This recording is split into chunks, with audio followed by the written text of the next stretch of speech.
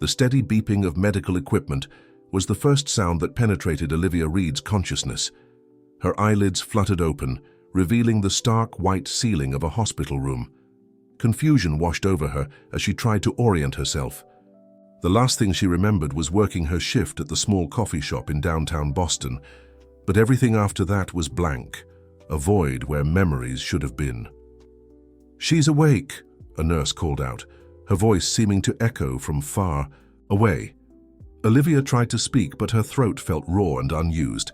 How long had she been here? A doctor with kind eyes and graying temples approached her bedside, clipboard in hand. "Ms. Reed, I'm Dr. Mitchell. You're at Massachusetts General Hospital. Do you know what day it is?" Olivia shook her head weakly, noticing her body felt different, lighter. In some ways, heavier in others. "It's April 15th, Dr. Mitchell said gently. "That's impossible," Olivia managed to whisper. "It was July when I—" Her voice trailed off as the realization hit her. 9 months. She had lost 9 months of her life. Before she could process this revelation, a nurse entered the room cradling a small bundle wrapped in a blue blanket. Olivia's heart began to race as the nurse approached and carefully placed the bundle beside her. "Your son is perfectly healthy, Ms. Reed, 6 pounds 8 ounces. Olivia stared at the sleeping infant in disbelief. "There must be some mistake," she whispered, her voice trembling. I can't." Dr. Mitchell cleared his throat. "You were approximately 3 weeks pregnant when you were brought in, Ms. Reed. You've been in a coma for the past 9 months. We delivered the baby via C-section 3 days ago." The world seemed to tilt beneath her as Olivia struggled to comprehend what she was hearing. She had never been with anyone, never had a relationship that would result in a child. The impossibility of the situation crashed over her in waves. "That's not possible," she insisted, her voice stronger now. There's been no one." The look that passed between the doctor and nurse, a mixture of pity and disbelief, made her stomach clench. "There's more," Dr. Mitchell said, his tone shifting to something more cautious. "The baby has a rare blood type, Bombay phenotype. It's extremely uncommon, which is why we ran extensive tests. The results revealed something unexpected." Olivia waited, her heart pounding in her chest. "The paternity test indicates that the father is Maxwell Stone." The name hung in the air like a physical presence. Maxwell Stone, billionaire tech mogul, owner of Stone Innovations, and one of the most powerful men in America. His face was on the cover of business magazines. His technological innovations had revolutionized medicine and artificial intelligence. And according to Dr. Mitchell, he was the father of the child lying beside her. "That's absurd," Olivia said, a nervous laugh escaping her lips. "I've never even met Maxwell Stone. How could he possibly be the father of my child?" "We've verified the results multiple times," Dr. Mitchell responded. "There's no mistake." As if sensing the tension in the room, the baby began to stir, tiny, fingers reaching upward. Despite her shock and confusion, Olivia felt a strange pull toward the infant, a connection she couldn't explain, but couldn't deny either. "We've attempted to contact Mr. Stone's office," the doctor continued. "Given the unusual circumstances, we thought it best to inform him." Panic flared in Olivia's chest. "No, this has to be some kind of mistake. I don't want him involved in whatever this is." Dr. Mitchell's expression softened. "I understand. This is overwhelming, but there are medical considerations. The Bombay blood type is extremely rare, and it could be critically important for both you and the baby to have the father's medical history." Olivia turned away, tears welling in her eyes. Her mind raced with fragments of memories, growing up in the foster system after her parents' accident, working at Seaport Coffee House, where the other baristas had become like family to her. Her quiet, simple life had been upended in ways she couldn't begin to comprehend. As she gazed at the sleeping infant, flashes of something else began to surface, dark, fragmented images that felt more like nightmares than memories. A man in dark clothing approaching her as she locked up the coffee shop, the sharp sting of something pressing into her neck. Waking briefly in a sterile room with masked figures moving around her.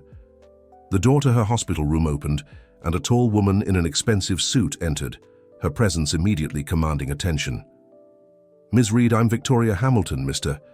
Stone's legal counsel," she announced, her tone professional but not unkind. "We've been informed of the situation, and Mr. Stone would like to speak with you as soon as possible." Olivia's breath caught in her throat. This is happening too. Fast. I don't understand any of this.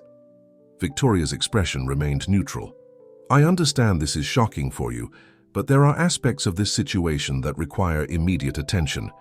Mr. Stone has arranged for you and the baby to be transferred to a private medical facility where you'll receive specialized care while we sort through these unusual circumstances." "I'm not going anywhere," Olivia insisted, suddenly protective of both her autonomy and the child beside her. "Not until someone explains what happened to me." Victoria hesitated before responding. "Ms. Reed, there are things about this situation that are sensitive. Mr. Stone believes you may have been targeted specifically because of certain genetic markers in your blood, the same markers that appear in the Bombay blood type that you and Mr. Stone both share." The implication hung in the air. Olivia looked down at the baby, then back at Victoria. "Are you saying I was experimented on? That someone deliberately did this to me?" Before Victoria could respond, the baby began to cry, a sound that somehow pierced through Olivia's shock and confusion, awakening something protective within her. "If what you're saying is true," Olivia said, her voice steadier now as she carefully picked up the newborn, "then who's responsible? And why would they target me specifically?"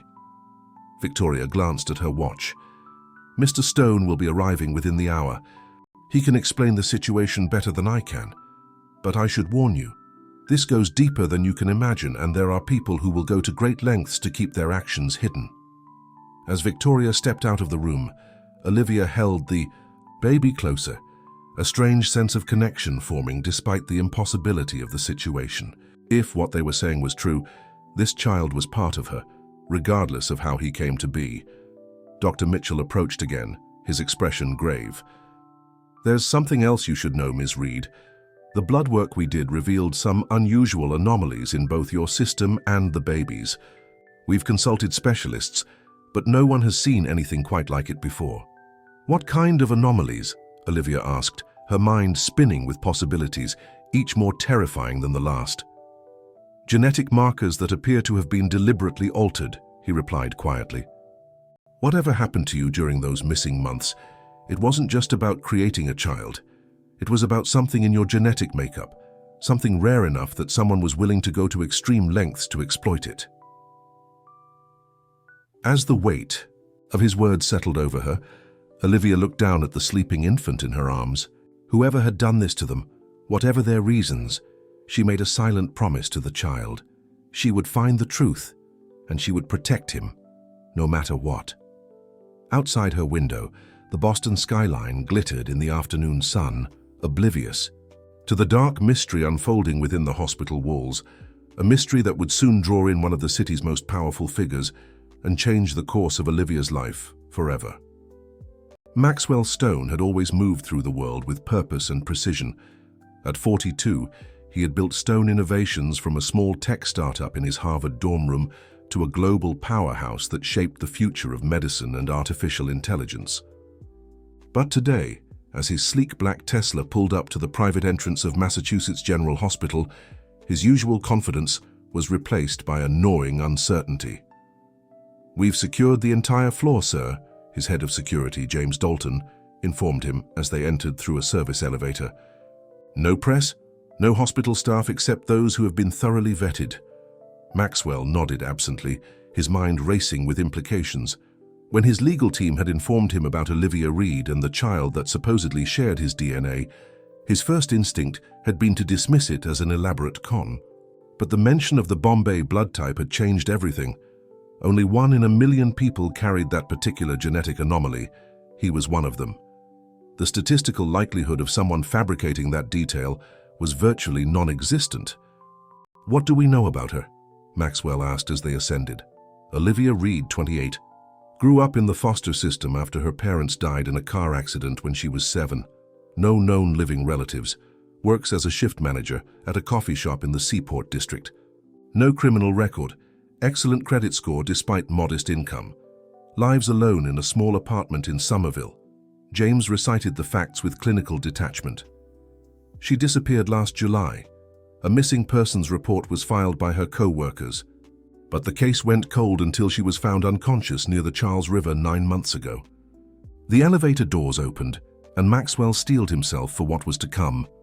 He had faced billion-dollar negotiations and technological crises that threatened to tank his company, but nothing had prepared him for this moment. When he entered Olivia's hospital room, he was struck by how small she appeared in the hospital bed, cradling the infant in her arms. Her chestnut hair fell in waves around a face that was pale but determined, her green eyes locking onto his with an intensity that caught him off guard. "Ms. Reed," Maxwell began, dismissing his security team with a subtle gesture. "I'm Maxwell Stone." "I know who you are," Olivia replied, her voice steadier than she felt. "Everyone knows who you are." A ghost of a smile crossed his face. "Not everyone believes I'm the father of their child." "I don't believe it either," she shot back. "I've never met you before today, so unless you're going to tell me this is some immaculate conception, there's been a mistake." Maxwell moved closer, studying the child with an unreadable expression. "May I?" he asked, gesturing toward the baby. After a moment's hesitation, Olivia nodded and Maxwell carefully took the infant in his arms. He had held exactly one baby in his life, his sister's son, years ago, but something about holding this child felt different, familiar somehow. "I had my medical team review your test results," Maxwell said, his voice low as he returned the baby to Olivia. "There's no mistake. He carries genetic markers that are unique to my family line, along with the Bombay blood type that appears in less than 0.04% of the population." "That doesn't explain how this happened," Olivia insisted. "I wasn't with anyone, and I certainly wasn't with you." Maxwell pulled up a chair and sat beside her bed, leaning forward with his elbows on his knees. "What's the last thing you remember before waking up here?" Olivia closed her eyes, trying to piece together the fragmented memories. "I was closing the coffee shop. It was raining. I remember walking to the tea station and then—" She frowned, concentrating. "Someone approached me, a man. I thought he was asking for directions, but then there was a pain in my neck and everything went dark." "You were abducted," Maxwell stated simply, "and based on what we've discovered, you weren't the only one." Olivia's eyes widened. "What do you mean?" "For the past 18 months, my security team has been investigating a pattern of disappearances, women who vanished and were later found with no memory of what happened to them. 3 of them were discovered pregnant, despite insisting they hadn't been sexually active." A chill ran down Olivia's spine. "You're saying someone is harvesting babies?" "Not just any babies," Maxwell replied grimly. "Children with specific genetic profiles. My team believes it's connected to a research initiative called Project Genesis, a black market operation specializing in genetic engineering. They've been collecting rare genetic markers for years, supposedly for medical research." "And you know this how?" Olivia asked, suspicion creeping into her voice. Maxwell's expression hardened. "Because 6 months ago, they approached Stone Innovations, seeking funding for what they claimed was breakthrough genetic research. When my team investigated further, we discovered disturbing inconsistencies in their documentation. By the time we alerted authorities, their facility had been abandoned." Olivia studied his face, searching for signs of deception, but finding none. "Why would they target me? I'm nobody." "You're far from nobody, Ms. Reed," Maxwell said, meeting her gaze. "Your blood type alone makes you exceptional, but there's more to it than that." He hesitated, choosing his words carefully. "The genetic markers in your blood, they're remarkably similar to mine. Not in a way that suggests relation, but in a way that suggests compatibility. Perfect compatibility for certain genetic experiments." The implications of his words settled over Olivia like a heavy blanket. "You're saying we were specifically chosen, me and you?" "I believe so," Maxwell replied. "The question is why?" Before Olivia could respond, the door opened and Victoria Hamilton entered, her expression tense. "We need to move now," she said urgently. "There's been a security breach in the hospital system. Someone accessed Ms. Reed's medical files remotely." Maxwell was on his feet immediately. "Prepare the jet. We're taking them to the Stone Medical Center in Vermont." "Wait," Olivia protested. "I'm not going anywhere with you. I don't know you. I don't trust you." "Ms. Reed, Olivia," Maxwell said, his tone softening slightly. "I understand your hesitation, but right now you and that child are in danger. Whatever these people want, they're not finished. The Stone Medical Center is a secure facility with the best doctors in the country. It's the safest place for both of you while we figure this out." Olivia looked down at the baby in her arms, feeling the weight of responsibility press upon her. This child, her child, regardless of how he came, to be needed protection. And as much as she hated to admit it, Maxwell Stone had resources she didn't. "I want answers," she said firmly. "Real answers, not just theories." "So do I," Maxwell assured her. "And I promise you, we will find them together." As the medical team prepared Olivia and the baby for transport, she found herself studying Maxwell's profile as he spoke quietly with his security team. There was something about him that seemed vaguely familiar, though she was certain they had never met.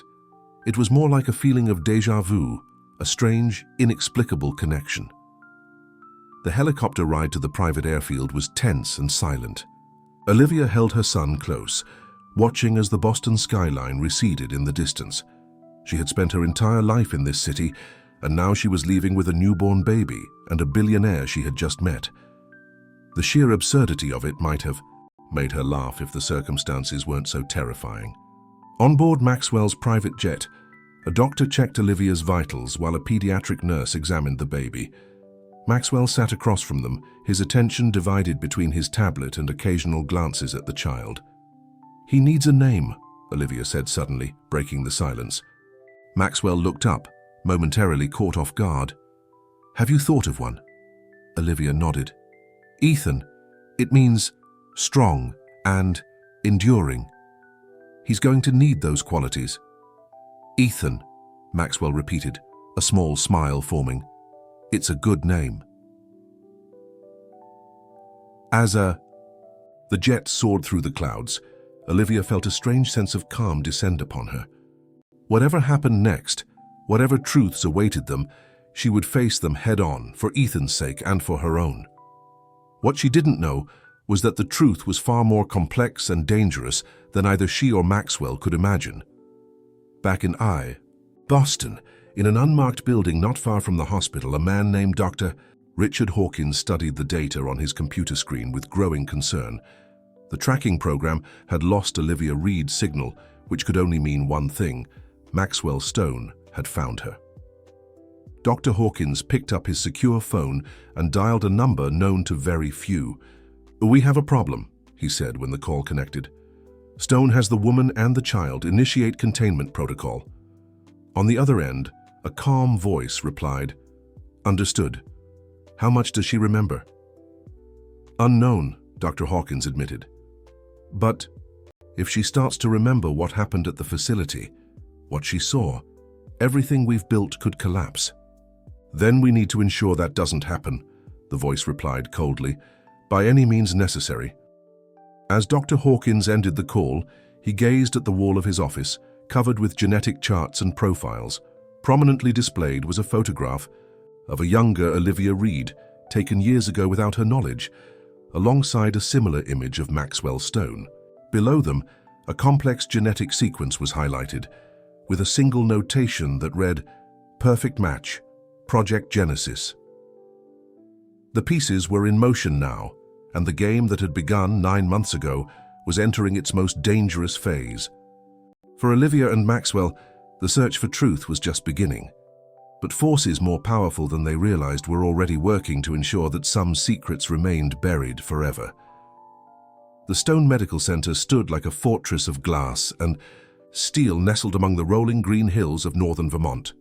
As Maxwell's private helicopter descended onto the landing pad, Olivia clutched baby Ethan tightly against her chest, still unable to fully process the rapid changes in her life over the past 48 hours. "We'll be safe here," Maxwell assured her as they were escorted inside by his security team. "This facility isn't on any public records. Only my most trusted staff know of its existence." The interior of the medical center resembled a luxury spa more than a hospital, with warm lighting, natural wood elements, and state-of-the-art technology seamlessly integrated into the design. Olivia was led to a spacious suite, with a separate nursery already fully equipped for Ethan. "How did you prepare all this so quickly?" she asked, inspecting the neatly stocked drawers of baby clothes and supplies. "I've learned to anticipate contingencies," Maxwell replied simply. "Get some rest. Dr. Eleanor Wright will be monitoring both you and Ethan. She's the best geneticist in the country and completely trustworthy." As Maxwell turned to leave, Olivia called after him. "You still haven't really explained why someone would go to such lengths to create a child with our specific genetic markers. What makes our DNA so special?" Maxwell paused in the doorway. "That's what we're going to find out."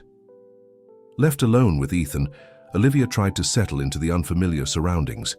Despite the luxury, it felt like another form of captivity, albeit a more comfortable one than whatever she had endured during her missing months.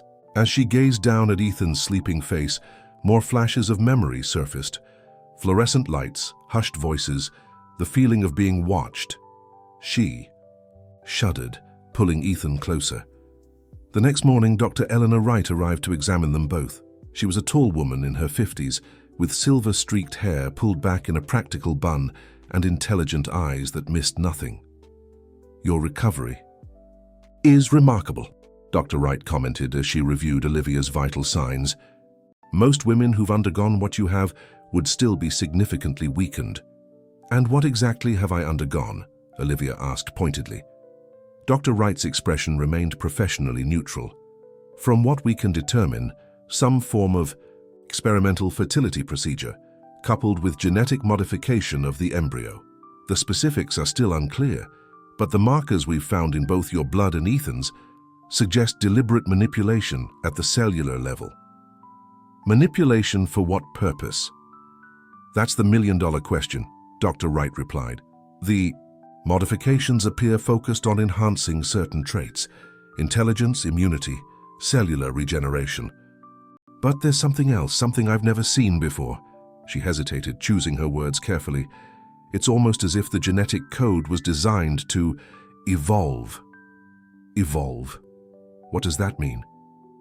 "It means that Ethan's genetic structure might continue to change as he develops. And yours might be changing too in response to carrying him."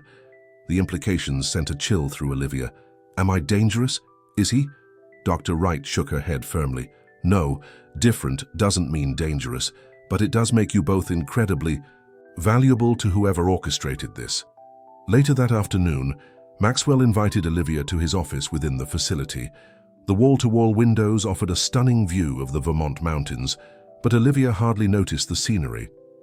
Her attention was captured by the digital display dominating one wall, a complex web of connections linking names, facilities, and what appeared to be genetic sequences. "What is all this?" she asked, approaching the display. "Everything we've gathered on Project Genesis," Maxwell replied, standing beside her. "Dr. Richard Hawkins is the lead scientist, but he's just the public face. The real power behind the operation is someone who's managed to stay completely in the shadows." Olivia studied the display, her eyes widening as she recognized a name. Dr. Serena Campbell. She worked at the fertility clinic I visited years. Ergo. The memory surfaced suddenly, a consultation she had almost forgotten. "After my last foster family, when I was 18 and trying to figure out my health history, I went to a clinic for genetic testing. Dr. Campbell was the one who told me about my rare blood type." Maxwell's expression sharpened with interest. "That can't be a coincidence. When exactly was this?" "About 10 years ago," Olivia replied, trying to recall the details. "The clinic was part of a research program offering free genetic testing for people without family medical histories.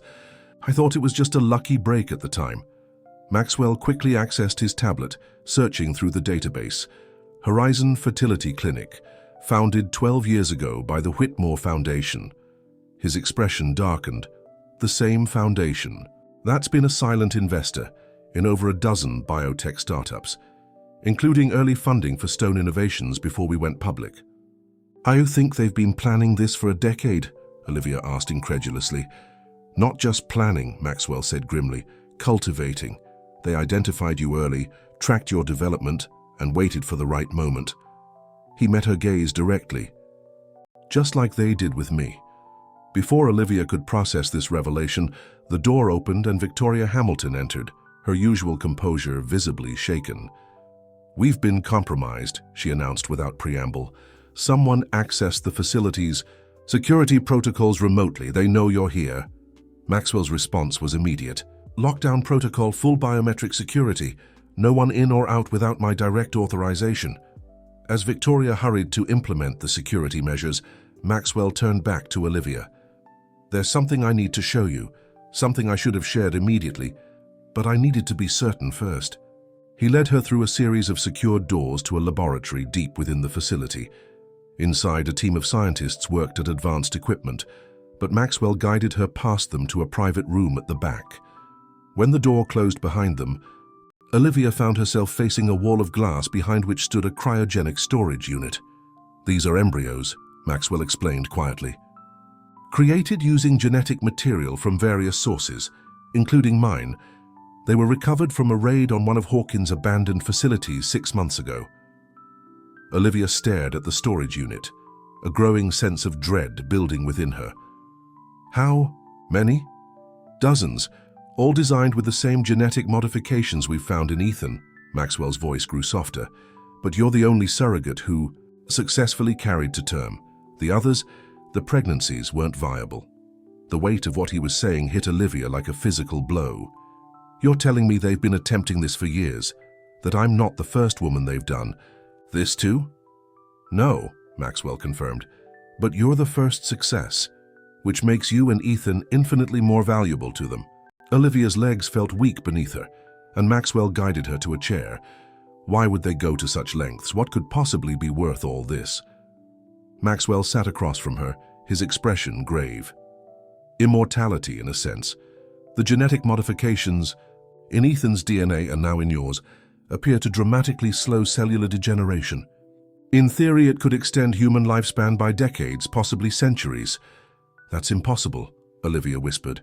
20 years ago it would have been, but genetics has advanced exponentially."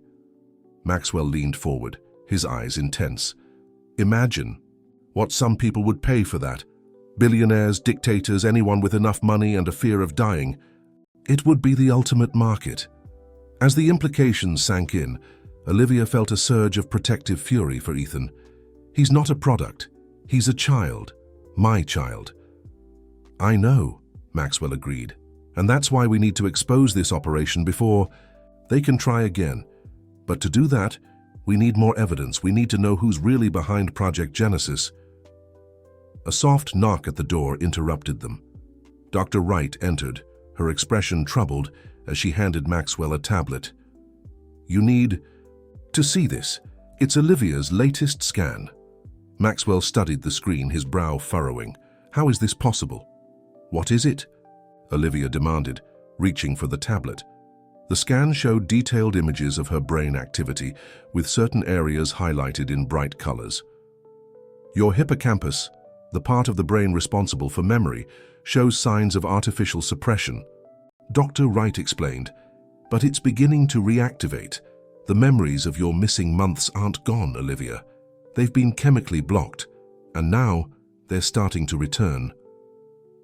As if triggered by this revelation, another flash of memory surged through Olivia's mind, this one clearer than before. She was lying on an operating table, consciousness fading in and out. A face leaned over her, speaking reassuringly. Not Dr. Hawkins, but someone else. Someone familiar. "I remember something," she gasped. "A woman. She was there during the procedure. She told me everything would be okay, that I was helping to create the future." "Can you describe her?" Maxwell pressed. Olivia concentrated, trying to bring the memory into focus. Older, with silver hair, distinguished. She had a birthmark on her right temple shaped like a crescent. Maxwell and Dr. Wright exchanged alarmed glances. What? Who is she? Olivia demanded. If you're describing who I think you are, Maxwell said slowly, then we're facing something much bigger than we realized. He pulled up an image on the tablet and showed it to Olivia. Is this her? The photograph showed an elegant woman in her 60s receiving an award at a formal gala.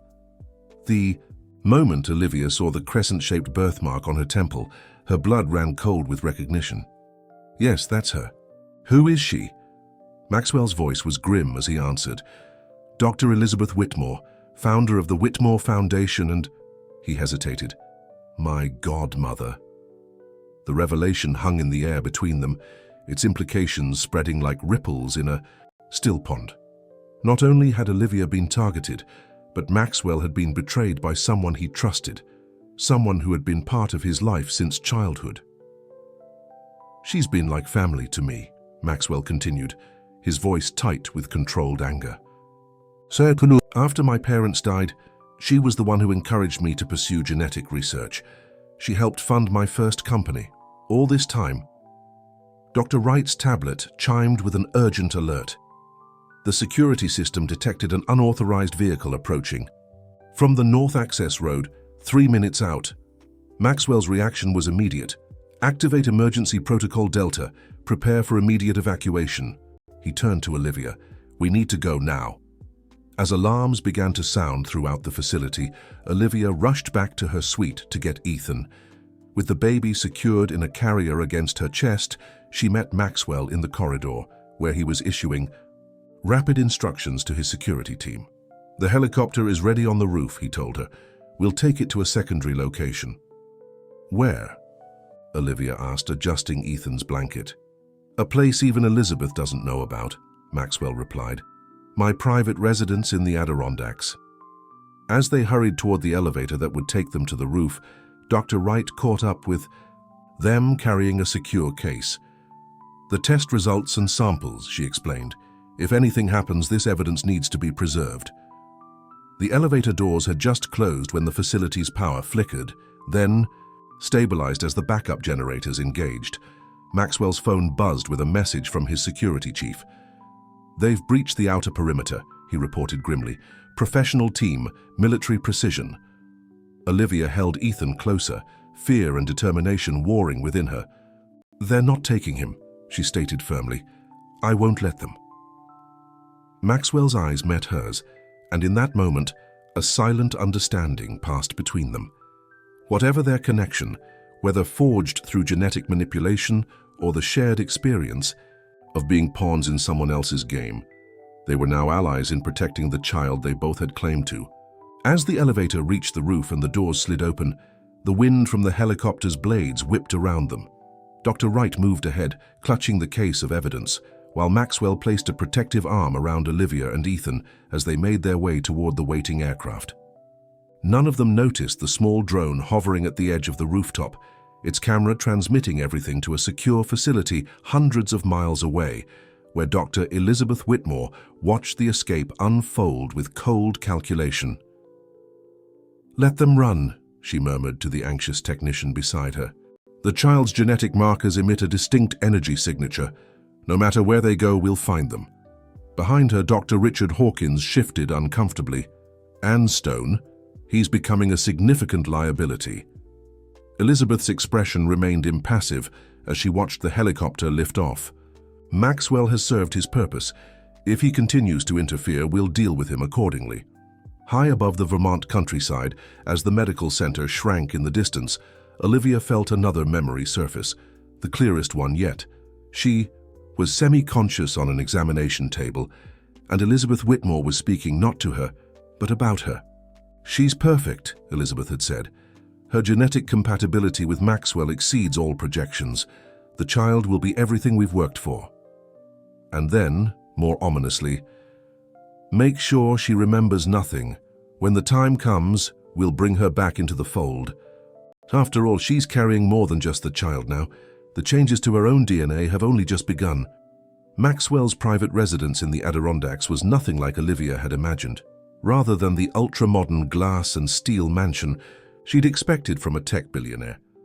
The sanctuary was a sophisticated timber and stone lodge that blended harmoniously with the surrounding forest. Nestled on the shore of a pristine lake and accessible only by helicopter or a treacherous mountain road, it offered both luxury and absolute privacy. "No one knows about this place," Maxwell explained as they landed. "I purchased it through a series of shell companies. Not even my board of directors knows it exists." The interior was warm and inviting. High ceilings with exposed beams, floor-to-ceiling windows framing spectacular mountain views, and state-of-the-art technology hidden within rustic elegance. Despite the circumstances, Olivia couldn't help but feel a momentary sense of relief as she stepped inside with Ethan. Dr. Wright immediately set up a temporary lab in what had been designed as a home office, while Maxwell's security team established a perimeter around the property. For the first time since waking in the hospital, Olivia had a moment to truly breathe. "There's a nursery upstairs," Maxwell said, noticing her exhaustion. "It was meant to be a guest room, but I had it converted when we left the medical center." Olivia raised an eyebrow. "You seem awfully prepared for a man who just learned he has a child." A shadow crossed Maxwell's face. "After my sister lost her battle with a rare genetic disorder 10 years ago, I began preparing for every contingency, including the possibility of someday having a family that would need protection." He hesitated before adding, "The irony that my godmother may have exploited my sister's condition to manipulate my research interests isn't lost on me." In the Eastside nursery, Olivia settled Ethan into a beautifully crafted wooden crib. The baby had been remarkably calm throughout their chaotic journey, as if sensing the gravity of their situation. "He has your eyes," Maxwell observed from the doorway. Olivia smiled despite herself. "And apparently your blood type." The moment of connection was interrupted when Victoria Hamilton appeared behind Maxwell, her expression grave. "We need to talk, all of us." In the great room downstairs, Victoria had set up a secure communication system. Dr. Wright joined them, bringing her tablet with the latest test results. "I've been digging through the Whitmore Foundation's financial records," Victoria began. "They've been channeling funds through dozens of shell companies, all leading back to a research facility in upstate New York called the Whitmore Institute for Genetic Excellence." "I know that place," Maxwell said, frowning. "Elizabeth invited me to. Toured it 2 years ago. She presented it as a philanthropic venture focused on curing genetic diseases." "A convenient cover," Dr. Wright interjected. "The facility has the equipment and personnel necessary for advanced genetic experimentation. Based on what we're seeing in Olivia's and Ethan's test results, I believe the Whitmore Institute is where Project Genesis is headquartered." Olivia, who had been listening intently, suddenly clutched her head as another powerful memory surfaced. "The Institute, I was there. The images came in rapid flashes, sterile hallways, observation rooms, other women in hospital gowns being led to different chambers. There were others like me, at least a dozen women." Maxwell leaned forward. "Can you remember anything about them? Any names?" Olivia concentrated, pushing through the pain that accompanied each recovered memory. "They were kept separated, but I overheard the staff talking. They called us vessels, each assigned a number." Her voice trembled. "I was Vessel 7. "And the others?" Dr. Wright pressed gently. "Most of them failed," Olivia whispered, the horror of the realization washing over her. "I remember alarms, medical teams rushing. One of the doctors said the embryos were rejecting the hosts." Victoria's fingers flew across her keyboard. "I've found something. Medical records from 3 Jane Does admitted to different hospitals across New England in the past year, all with unexplained miscarriages and temporary amnesia." "They're covering their tracks," Maxwell said grimly, "disposing of the failed experiments." The weight of what might have happened to her if she had been unsuccessful settled heavily on Olivia. She thought of the other women. Were they still at the Institute? Or had they been discarded like the others once they failed to produce the desired results? "There's more," Dr. Wright said, showing them her tablet. "I've completed a more detailed, Analysis of the genetic modifications in Ethan's DNA. They're unlike anything I've ever seen. Not just longevity enhancements, but potential cognitive improvements, immune system superiority, even cellular adaptability that borders on the impossible. Meaning, what exactly? Olivia asked. Meaning Ethan might be capable of things we can't even predict, Dr. Wright explained. And the changes in your DNA suggest that carrying him has triggered genetic alterations in you as well. It's as if his presence activated dormant genetic code. Maxwell paced the room, connecting dots. Elizabeth always said the future of humanity lay in controlled evolution. I thought she meant ethical gene editing to cure diseases. But this, he gestured to Dr. Wright's data, this is something else entirely. She's trying to create a new kind of human. But why us? Olivia asked. Out of all the people in the world, why select our genetic material specifically? Maxwell paused, considering. The Bombay blood type was just the beginning. There must be something else in our genetic makeup, something rare and compatible that made us ideal candidates. Dr. Wright nodded slowly. Genetic wildcards, certain genetic combinations that occur rarely in nature, but when brought together, create possibilities beyond conventional science. As they spoke, Olivia felt a strange tingling sensation in her fingertips, the same sensation she'd been experiencing sporadically since waking from her coma. Looking down, she was startled to see a small cut on her hand. One she'd gotten from a rose thorn in the hospital garden 2 days ago was now completely healed. Maxwell, she said quietly, holding out her hand. Look. Dr. Wright immediately examined Olivia's hand, then compared it to photos taken during her initial examination. Accelerated healing. The genetic changes are progressing faster than I anticipated. Before they could discuss this further, James Dalton burst into the room. We've got movement on the perimeter, 3 vehicles approaching from the access road. Maxwell moved with decisive efficiency. Activate countermeasures. Protocol Omega. Activate. His security team sprang into action. Maxwell turned to Olivia. There's an underground bunker beneath this house, accessible through the wine cellar. If anything happens, that's where you take Ethan. I'm not hiding while you put yourself at risk, Olivia protested. This isn't about me or you anymore, Maxwell said firmly. It's about Ethan, and right now he needs his mother. The word mother resonated within Olivia. Despite the circumstances of his conception, Ethan was hers. She would protect him at all costs. The security system suddenly displayed multiple heat signatures moving through the forest surrounding the property. James looked grimly at the screen. They're surrounding the house. This isn't a small team, it's a full tactical operation. Maxwell made a split-second decision. Change of plans, the bunker is too obvious, they'll search for it. He turned to Dr. Wright. Eleanor, take Victoria and the evidence to the secondary extraction point. The boat at the dock will take you across the lake, where a car is waiting. Dr. Wright nodded, gathering her materials and the case containing their evidence. Victoria hesitated. What about you? Olivia, Ethan and I will create a diversion, Maxwell replied. The old mining tunnels run beneath the property. We'll use them to reach the northern ridge. As the others prepared to leave, Olivia's phone, which Maxwell had provided her at the medical center, suddenly chimed with an incoming message. The screen displayed a name that sent ice through her veins. Elizabeth Whitmore. She's texting me, Olivia whispered. Maxwell read the message over her shoulder.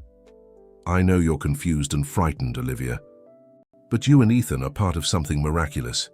The changes happening in your body aren't a side effect, they're a gift. Let us help you understand. For Ethan's sake. A second message followed immediately. Maxwell has never told you the full truth about his own genetic modifications, has he? Ask him about Project Prometheus, the precursor to Genesis.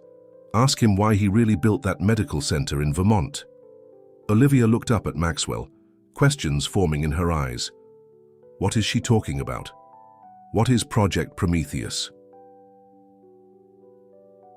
A muscle tightened in Maxwell's jaw.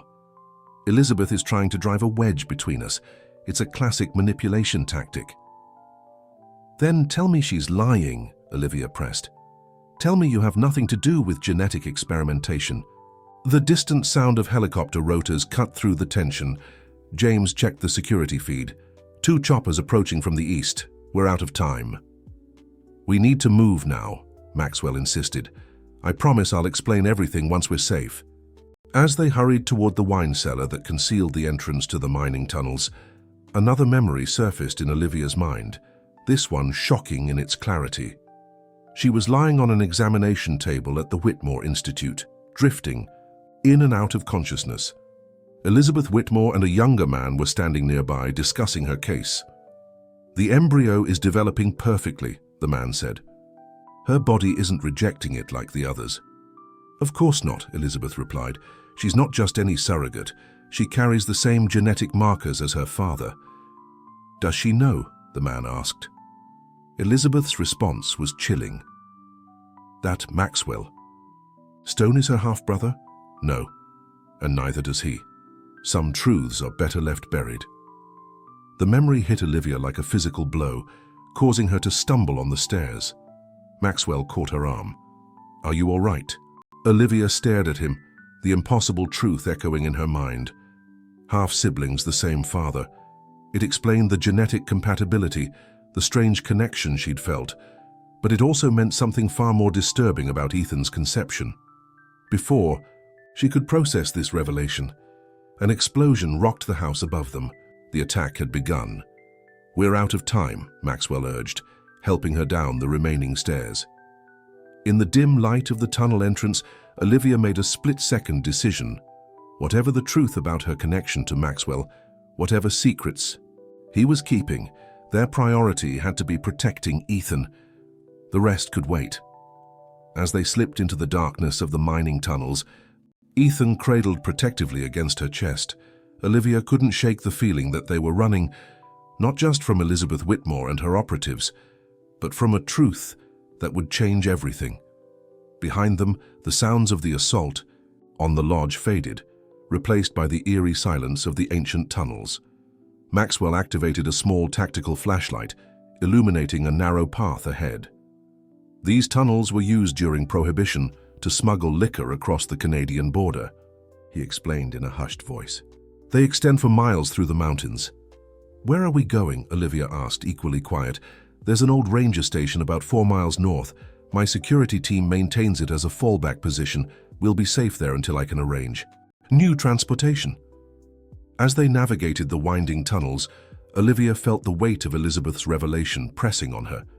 If what she remembered was true, if she and Maxwell shared a father, then what did that make Ethan? The product of an experiment even more unethical than she had initially believed.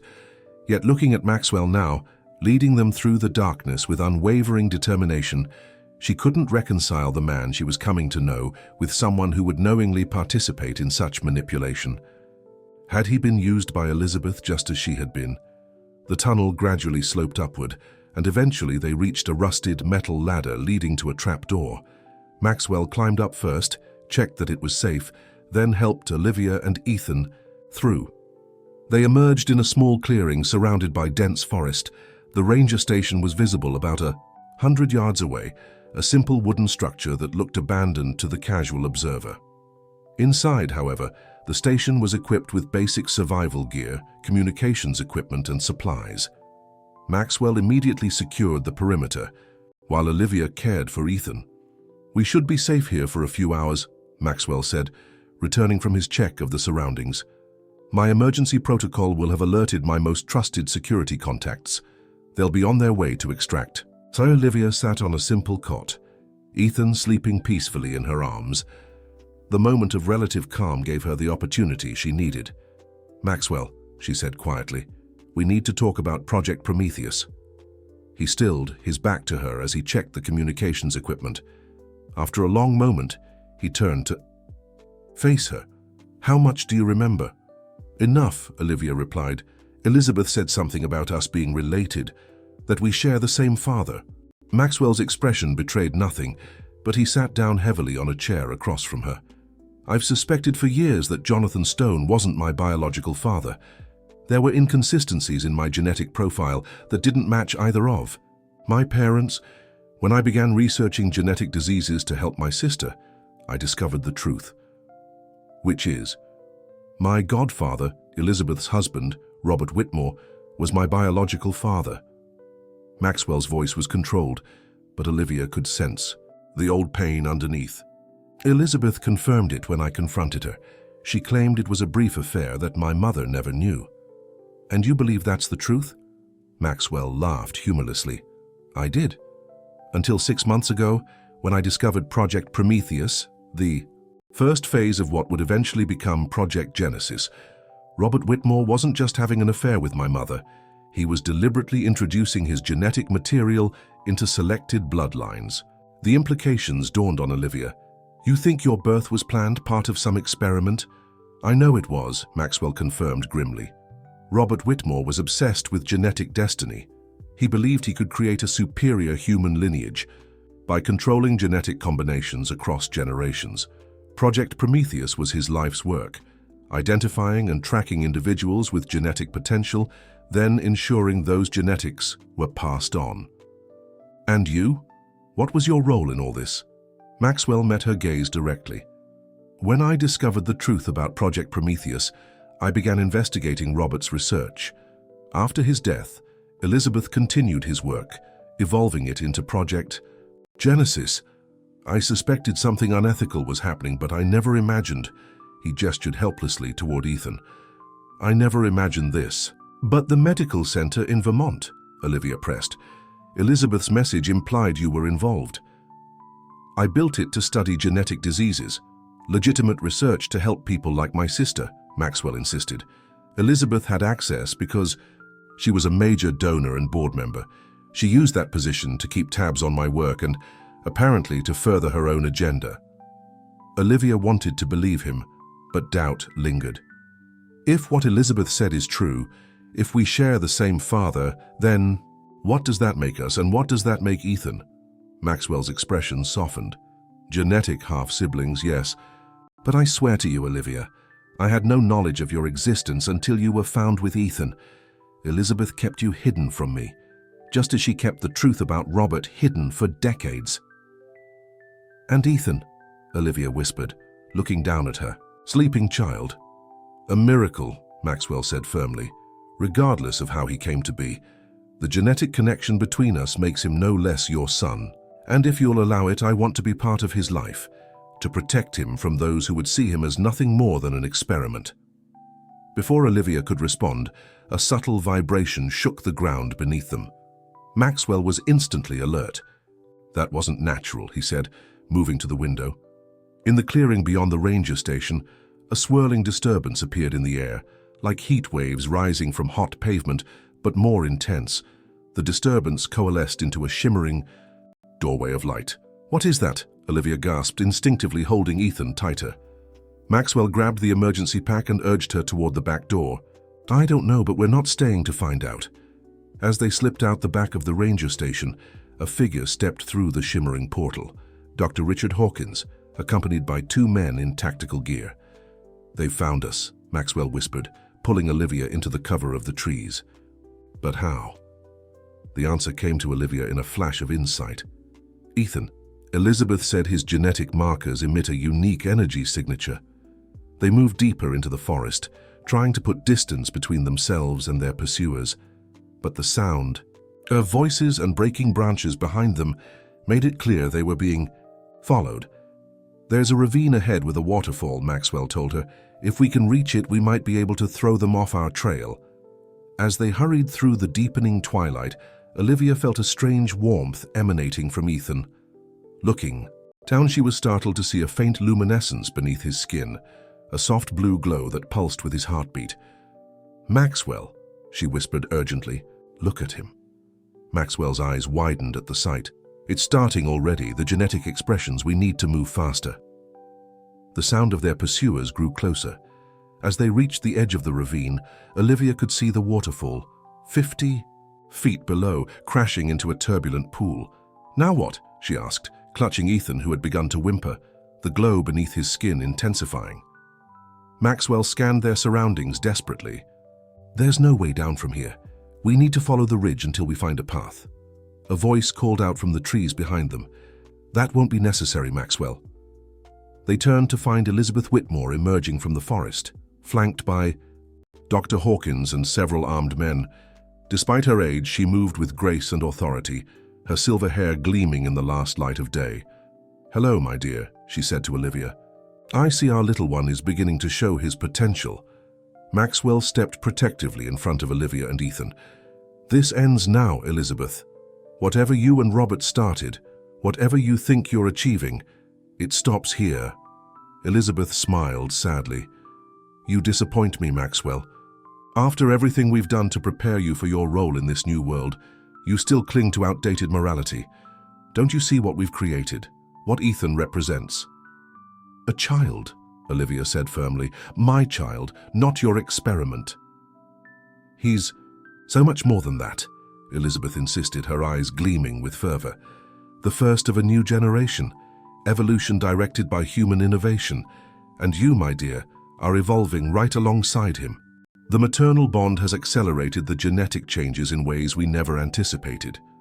As if in response to her words, Olivia felt that strange tingling in her fingertips again, but stronger now, spreading up her arms. "The others failed because they were merely vessels," Elizabeth continued. "But you were always meant to be part of this family. Robert recognized your genetic potential even before you were born.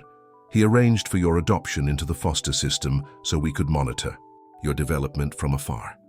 The pieces fell into place for Olivia. The genetic testing at 18, the mysterious scholarship that had helped her finish her education, the strange coincidences that had led her to Boston where Maxwell was headquartered. "You've been manipulating my entire life," she realized aloud. "Guiding," Elizabeth corrected. "Just as we guided Maxwell. Two branches of the same genetic tree, brought together to create something extraordinary." She gestured to Ethan, whose blue luminescence had grown brighter. "He is just the beginning. Come with us voluntarily, and you'll be treated with the respect you deserve as the mother of the future." Maxwell tensed beside Olivia. "And if we refuse?" Elizabeth's expression hardened. "Then we'll be forced to take what we need, the child at minimum. You've both served your purpose." As Dr. Hawkins moved forward with a syringe in hand, Olivia felt something shift within her, a surge of power unlike anything she'd ever experienced. The tingling in her hands burst into visible light, blue energy crackling between her fingers. Everyone froze, staring in astonishment. "What is happening to me?" Olivia whispered, looking at her glowing hands in shock. Elizabeth's expression transformed from surprise to triumph. "The maternal bond with Ethan has activated your dormant genes faster than we projected. Magnificent." As Dr. Hawkins continued his approach, Olivia instinctively raised her hand. A pulse of blue energy burst forth, knocking him backward to the ground. Even Elizabeth took a step back, re-evaluating the situation. Remarkable! The synchronicity between mother and child has created an energy field we never conceived of. The armed men raised their weapons, but Elizabeth quickly signaled them to stand down. "No one harms them. They're far too valuable." In that moment of hesitation, Maxwell seized the opportunity. He grabbed Olivia's arm, pulling her toward the edge of the ravine. "Do you trust me?" he asked urgently. Olivia looked into his eyes and saw the same determination she felt, to protect Ethan at all costs. "Yes." "Then jump." Without hesitation, they leaped from the edge of the ravine, plummeting toward the churning pool below, as shouts of alarm echoed behind them. As they fell, the blue energy surrounding Olivia expanded to envelop them all, Maxwell, Olivia, and Ethan, in a protective cocoon. They hit the water with a force that should have been devastating, but the energy field absorbed the impact. As they surfaced, downstream, sputtering but unharmed, Olivia stared at her hands in wonder. The blue glow was fading, but she could still feel the power humming beneath her skin. "How did you know that would work?" she gasped as Maxwell helped her to the shore. "I didn't," he admitted, "but I believed in you. in what Elizabeth said about your connection to Ethan."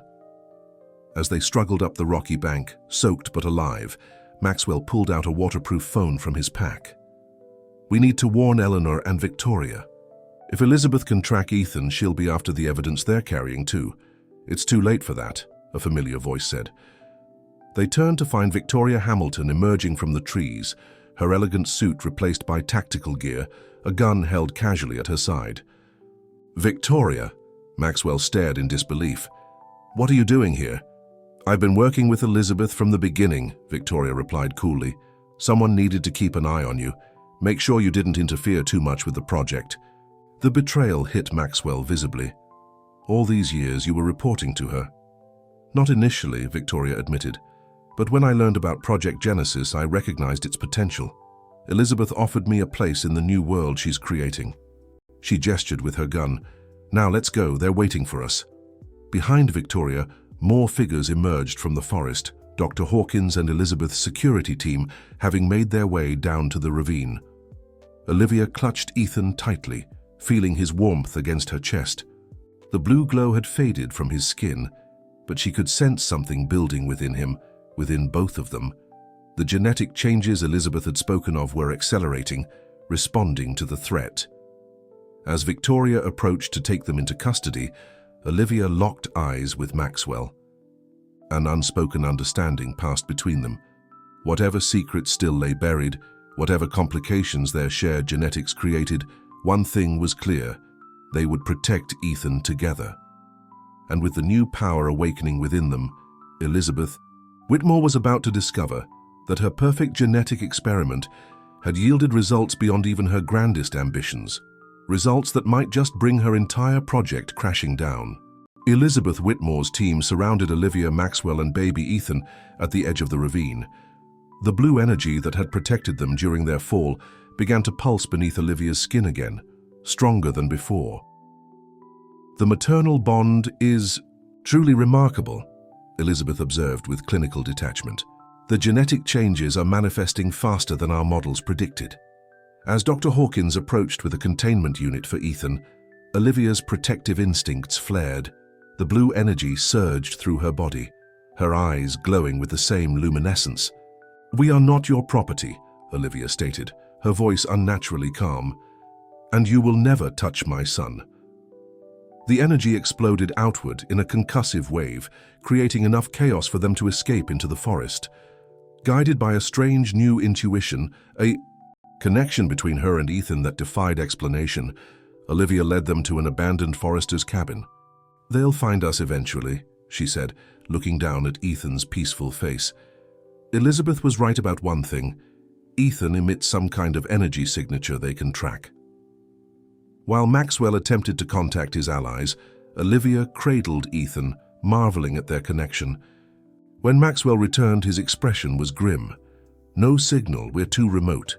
He sat across from her, his posture tense. "Olivia, there's something I need to tell you." He explained how Robert Whitmore, Elizabeth's husband, had been his true, biological father, part of a decades-long genetic experiment called Project Prometheus. Robert had fathered multiple children, including Olivia, placing them in different environments to monitor their development. "So, Robert Whitmore is my biological father," Olivia realized. "And Elizabeth has been watching me my entire life, waiting for the right moment to use me in her experiments. Yes, she selected us specifically for Ethan's creation, because our shared genetic heritage created the perfect template for her vision of human evolution." Their conversation was interrupted by the sound of helicopters searching the area. Olivia rose, the blue energy shimmering around her hand. "I'm tired of running, tired of being a victim in someone else's grand design." "What are you suggesting?" Maxwell asked. "I want to go public, to expose everything. Whatever changes are happening to me, to Ethan, they're ours now, not Elizabeth's." Under the cover of Olivia's energy shield, which somehow masked them from the search teams, they escaped the wilderness and reached a small town. Maxwell quickly assembled his most trusted allies, people beyond Elizabeth's influence, and formulated a plan. Within hours, they stood at Stone Innovations headquarters in New York City, facing a room full of journalists. Maxwell revealed the truth about Project Genesis, the unauthorized genetic experimentation, the manipulation of bloodlines across generations, the creation of Ethan as the culmination of decades of unethical research. Olivia, with Ethan in her arms, shared her story of abduction and awakening. We stand before you not as victims seeking sympathy, but as advocates demanding accountability. Their testimony was interrupted when Elizabeth Whitmore entered with Victoria Hamilton. "Mr. Stone," she called out, "before you continue with these extraordinary claims, perhaps you should disclose your own role in developing the technology that made Project Genesis possible." She revealed that Maxwell himself had undergone genetic enhancement years earlier with his consent, attempting to discredit his moral stance. "The difference," Maxwell countered, "is consent." Elizabeth's smile was calculating. "Would you deprive humanity of the next step in our evolution simply because of outdated ethical concerns?"